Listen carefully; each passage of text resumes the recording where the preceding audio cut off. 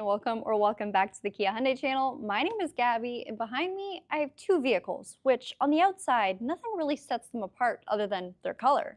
But on the inside and on paper, there is a $1,500 price difference. Now in today's video, we're breaking down the Kia K4 EX, which is showcased in blue today, and the EX Plus, and we're talking about all of those add-ons that the EX Plus gets you. This video is being filmed live stream, so we're doing this in real time with no script, just a semi-stable internet connection, an iPhone, and me with the vehicles. So we're gonna get right into it, starting off with the MSRP of both cars. I'm gonna grab the camera and flip them. Now, the more affordable of the two will of course be the EX, and this vehicle is priced at $26,795 Canadian, whereas the EX Plus is $28,295, putting exactly a $1,500 price difference between the two. Now, the major question for today's video is, of course, what is the difference? But also, which one would you pick over the other? On the outside, you'll notice both cars will have the same body style, so it's a very sporty-like body. You got a fastback-like style rear with a short-looking trunk, but a lot of cargo space. You also have a pillar-mounted rear door handle with black matte plastic cladding for your pillars as well as the beltline of the car. Both cars will also have the same alloy design, so it's a 17-inch alloy with a machined finished and gloss black finish together. Your tire is a Kumo all-season tire, and then our size is, let's see if I can get it to focus, 255/45 R17s.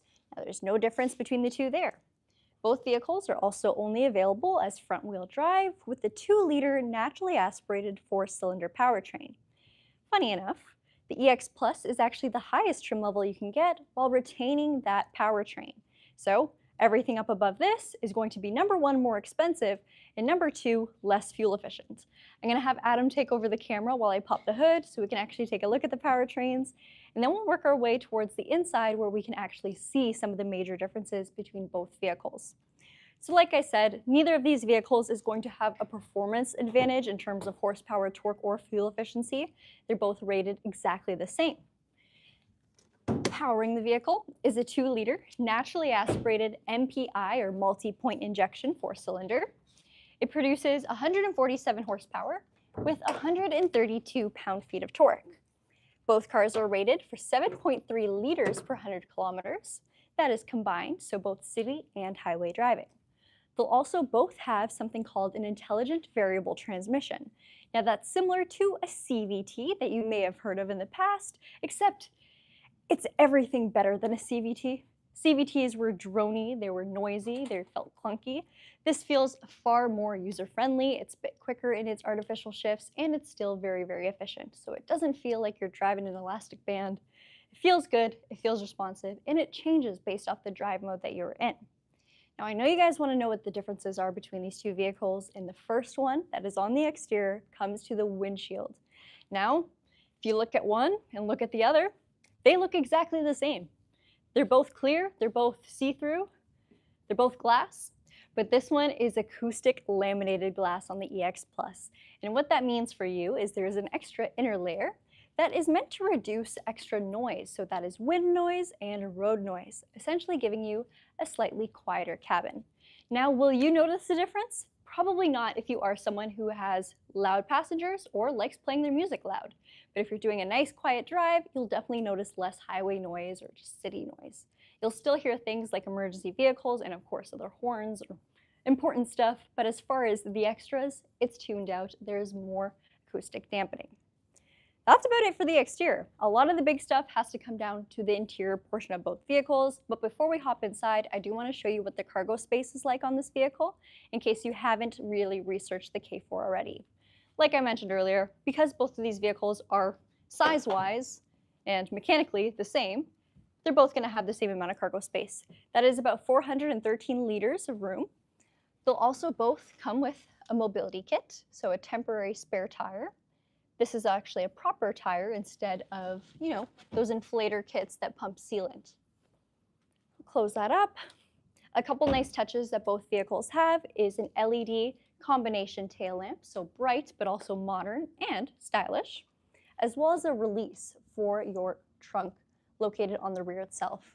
A lot of vehicles in the compact segment will make you open up the trunk either by using the key fob itself or hitting a button or lever somewhere by the driver's area. This vehicle gives you those options, but also the ability to simply walk up to the rear, and as long as the key is on you, it automatically opens. A very, very nice touch indeed. Now I think we should start off with the interior of the EX so you see what the EX Plus will then add on from. So I'll have Adam open up the driver door and give a quick pan so you guys can see the seating materials as well as the cabin layout. Now opening the door, you'll notice that we have a bit of a two-tone finish on our door card. There is a cloth-like material or fabric, light gray, with a little bit of, I want to say almost black. It's not true black, more so a dark gray for the upper portion. Your door handles are finished in a satin chrome, so that is already a nice premium metal element we'll see on the inside. And the EX will give you 6 speakers over the entry model's typical 4. You'll have 8 airbags on both vehicles, as well as the option for height, recline, and of course, distance adjustment on the seat. So you can maneuver it on its rails, adjust the height upwards or downwards, and then of course, reposition the backrest. For both cars, the heat for both the seat and the steering wheel will be located on the door card, and so will a small bottle holder and storage pocket. There's also a little bit of proper storage right over here.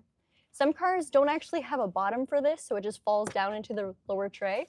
This car's got 2 separate, you got multi-level storage compartments. Very nice.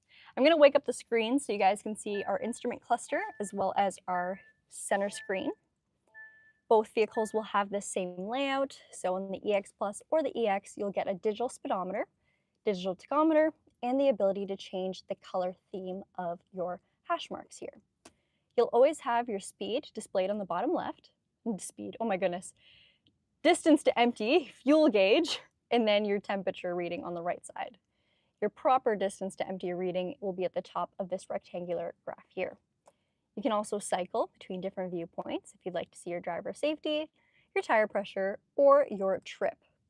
And that is of course the same between both models. The steering wheel will also be the same. So heated and leather wrapped with your driver assistance controls, including smart cruise control and lane following assistance, mounted on the left-hand side, and your drive mode select being right underneath. Both cars will also have normal and sport. On the right-hand side, this is all for media, so volume, voice commands, and your phone, as well as a programmable favorites button. Love it or hate it, both cars will also have an off-centered Kia logo.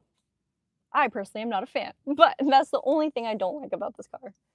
The main screen over here is 12.3 inches on both vehicles. It houses wireless Apple CarPlay and Android Auto, as well as being extremely user-friendly.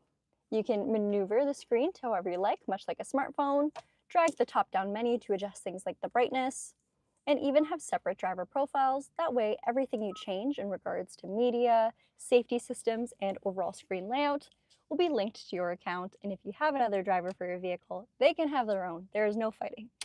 Very, very good if you disagree on music tastes. Now, overall, we have a very, very nice, but also simple cabin. The seats, while they are cloth, are extremely comfortable and have a heathered pattern. You get these side or horizontal slats as well too. As you can tell, the seats are they're quite wide, so they're very accommodating. The K4 is one of the very few vehicles in the compact segment that have a height adjustment for both the driver and the passenger. So Adam will go ahead and open our passenger door so you can see exactly what I'm talking about. Most people don't realize this until they get into, a compact car and realize they can't reposition their height. But you can do it for driver or passenger on this car. Tons of space, and both vehicles are also going to have class-leading rear legroom. So for a compact vehicle, you will not be cramped if you are sitting in the rear. Both of them will also have rear climate ventilation as well as USB-Cs and integrated hooks on the backings of the seat. Now, you guys got a good look at the interior of the K4 and the EX trim. Let's see what the EX Plus adds on. And like I mentioned earlier, a majority of those $1,500 worth of add-ons are found on the inside. Now, I want to open the door and see if you guys can point it out before I even say anything. There's 2 major ones, and then everything else is a pretty, oh, okay, that's nice to have. So, do you notice anything a little bit different? Could it be the airbag sticker? It's not the airbag sticker, but our seating materials are now a leatherette, so a faux leather material. It's so buttery, so it is very soft, very realistic, and quite durable. I've had leatherette in all of my Kia vehicles, and they've all been high mileage. They've held up very nicely.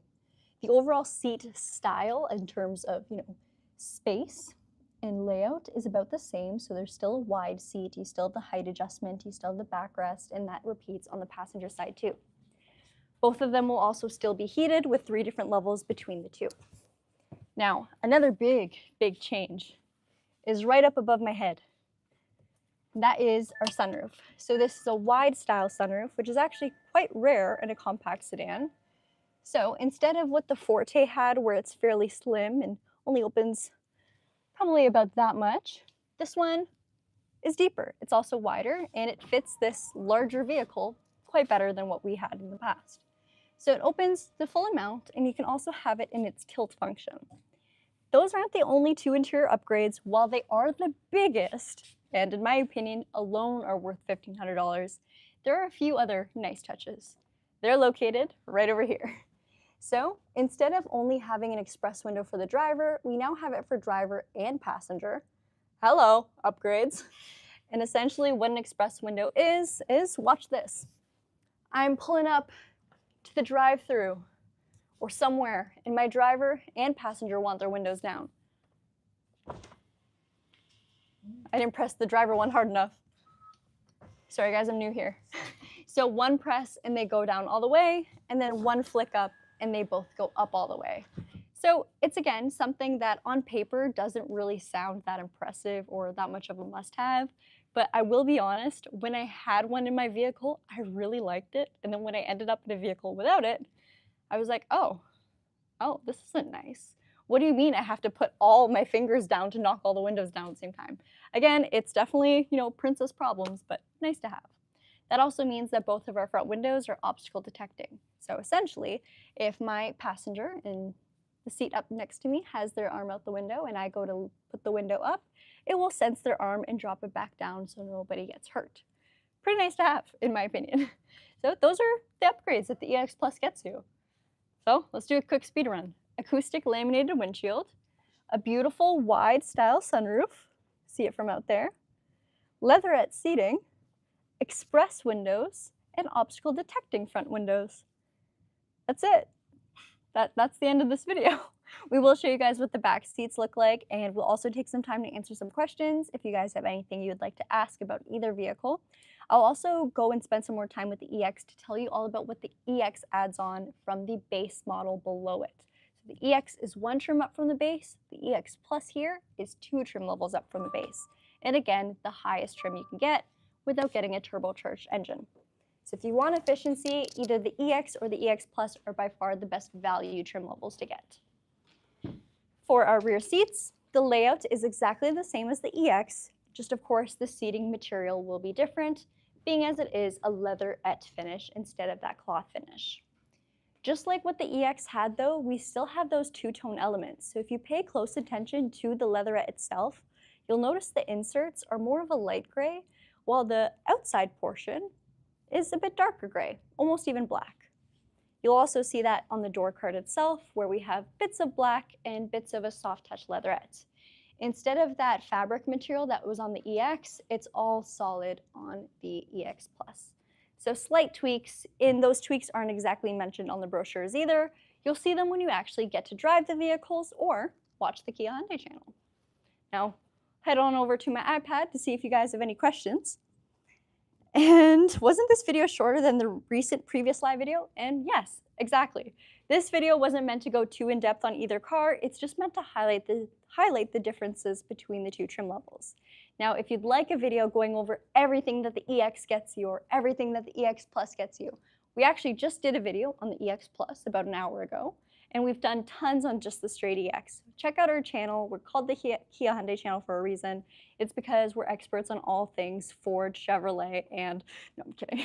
It's because we film Kia and Hyundai videos every single day. Any car we've ever received has been up on this channel, so please check it out if you haven't already. We'll set up the phone here so I can look at you guys and then we'll answer a few other questions. James said that headrest reminds me of E.T., and I kind of get that vibe. It's a little, please don't screenshot that, you guys, please don't. I'm 16 basketball asked again, when is Charlotte's return date, Gabby, just wondering. I don't think she has an exact return date yet, but I believe she has a year of mat leave, so I don't even know what month that would make it. Close to summer. She'll definitely be back before summertime though, you guys. Let's see, me reaching over to roll up the windows in my RX-7. Yes, so I know it's definitely, again, princess problems, but it is very nice to just one quick click and they all go down. What car is your favorite in the Hyundai and Kia lineup? Ooh, that's tough. I feel like it changes all the time.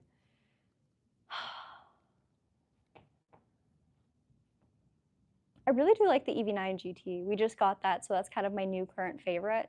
I really do like the green interior accents. I love the instant torque. I think it's a ton of fun. And the EV9's always been a car that, to me, just really stands out. Every time I see one on the road, I'm like, whoa, that's a big machine. I like it. The styling is quite bold on it too, but it's bold in a nice way for me. Weird question that I'm going to hide, remove, sorry. I don't think it showed up on here, but you guys, I saw it. You guys tell me, what is your favorite vehicle in the Kia Hyundai lineup? Is there anything you'd want us to film again, or maybe we haven't shot in a while or at all? If it's within reach, let's say a car that we actually get here in Canada, we can try our best to make it happen. But if it's something special or not available here, might not be able to, but we can try at our next auto show. EV9 GT is also my favorite now for some reason. Jitin just said it's a pretty cool car. It is a very cool car. And are there any major differences between Kia and Hyundai? Absolutely, absolutely. So a majority of our vehicles will have a Hyundai equivalent. There's a few here and there where there isn't exactly a direct competitor. For example, Hyundai has the Santa Cruz, which is their pickup truck. We don't have that for Kia, but we also have a van, and Hyundai doesn't have a van right now. But as far as things like the Tucson, the Hyundai Tucson and the Kia Sportage go, both of them are largely the same vehicle in their underpinnings. They have the same engine options, the same powertrain options, obviously. They're the same size, they share a chassis, and a lot of the times this technology and the software will also be the same. Sometimes we have a vehicle that our model, the Kia model, gets redesigned before the Hyundai, and sometimes it's vice versa. So I know for Hyundai, they got the refreshed Tucson before we got the refreshed Sportage. So that meant that they got all the new software and a couple new functions that we didn't have available yet, but in the following year, we were even again. So it really depends on what model year you're comparing and what vehicle you're comparing to, of course. For the K4s, the Hyundai equivalent would be the Elantra, and our K4 is brand new, so it has the latest tech, the latest available functions, where the Elantra is more so on its last model year, so it is a little bit behind in technology, depending on what you're looking for. If you're looking for an entry model for either or, you might find great value in the Hyundai versus the Kia, and vice versa. So it really comes down to your preferred likings. Also, styling-wise, we're usually very, very different. So it's best to drive them both, see how you feel, and which one you prefer. Gabby, if you weren't in the car business, what would be your alternate career? I always said it would be something with animals, and I still would love to do that, but I also don't think I have the strength to do that. I always wanted to be a veterinarian until I realized that you got to do the bad stuff too. If someone brings in their dog that has to be put down, you have to do that, and I could not do that. So I would love to work with them, but only for the good and the happy moments. Let's see, which car is your favorite for Hyundai? Probably the Elantra N. Have you made any videos of the Seltos recently? Yes, we have. Actually, last week, on Friday, we filmed the Kia Seltos. Unknowingly, it was a blindfolded guess the car challenge, and it was a Kia Seltos that I guessed. Gonna scroll up a little bit. Someone asked if I drove the EV9 GT yet. Yes, just a little bit. I haven't gotten to actually drive it, but it is quite impressive from what I've seen, which was the 0 to 100.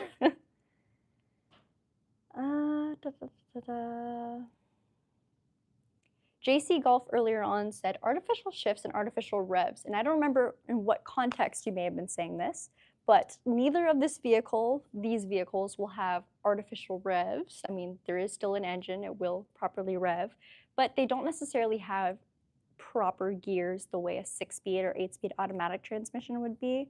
This is again an IVT, so it kind of has its own preset or simulated gears, but it's not set in stone like a dual clutch or a 6-speed, that kind of thing. Hi Gabby, what winter vehicle do you recommend? Anything with winter tires. And the reality is a lot of people are under the impression that all-wheel drive is what will save you come wintertime. And while I must certainly agree all-wheel drive is very helpful, it helps you if you are someone who lives in an area with lots of hills. You got to get up those hills, or maybe your streets don't get plowed very often. All-wheel drive will certainly help propel you in those tricky conditions. What it doesn't do is help you stop or help you stay in control. Winter tires are the only thing that actually makes contact with the ground. That is the only thing that actually helps you. So all-wheel drive plus winter tires, fantastic. We're rocking. All-wheel drive and not winter tires, you'll be moving, but you might not be stopping. That is all. All right, that's probably it for today's video, you guys. Thank you so much for watching. I was not expecting this to get 21 minutes, but it did. If this helped you out in your car buying process or car shopping process, or even just your YouTube watching process, let us know in the comments down below. We love having you guys on for these videos. I love chatting with you, even if I can't see you. We hope to see you again tomorrow at 2 p.m. Bye-bye.